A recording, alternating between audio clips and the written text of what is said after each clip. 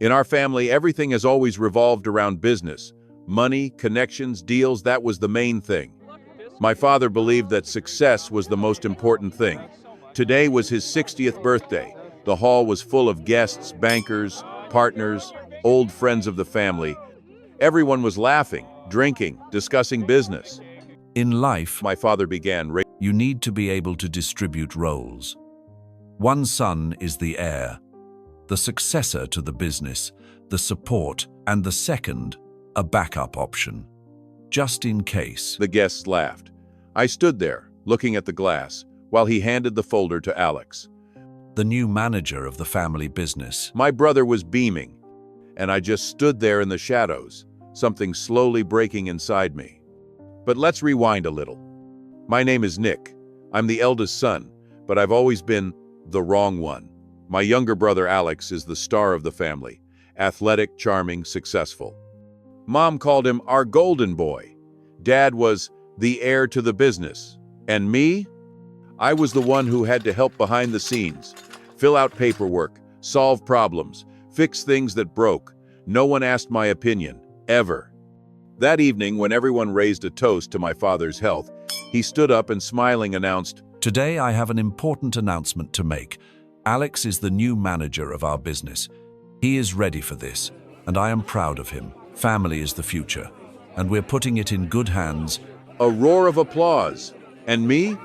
I stood in the shadows, and no one even looked at me. Then my father came up to me, clapped me on the shoulder like a friend at a bar and said, You've always been a good help, Nick. We all need people to do the dirty work. Thank you. I swallowed. I wanted to scream, but my tongue was stuck to the roof of my mouth. In response, I squeezed out, Sure, Dad, always happy to help. I went outside. The night air was cold. I lit a cigarette, although I had quit 6 months ago. The following weeks, I lived as if on autopilot. Alex began to make reforms in the family business. He fired old employees, changed suppliers, gave interviews as a new young leader.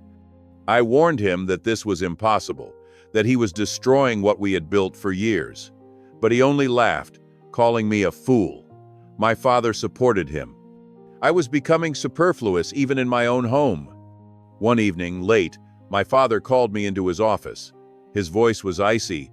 Nick, we've been thinking. Your salary is too high for your position.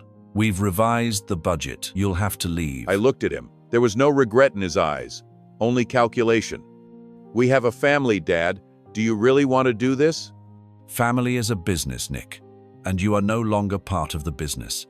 I packed my things in one suitcase. Alex simply nodded at me. Goodbye. I left. Without a job, without a home.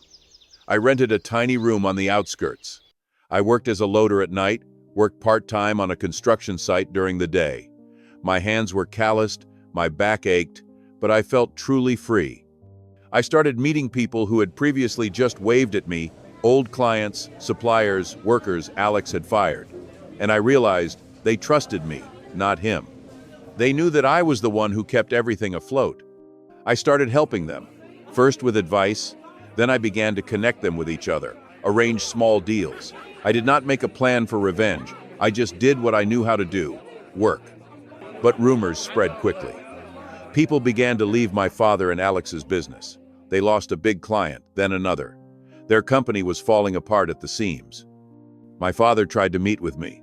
Alex sent me a message. Let's forget the past. We need your help.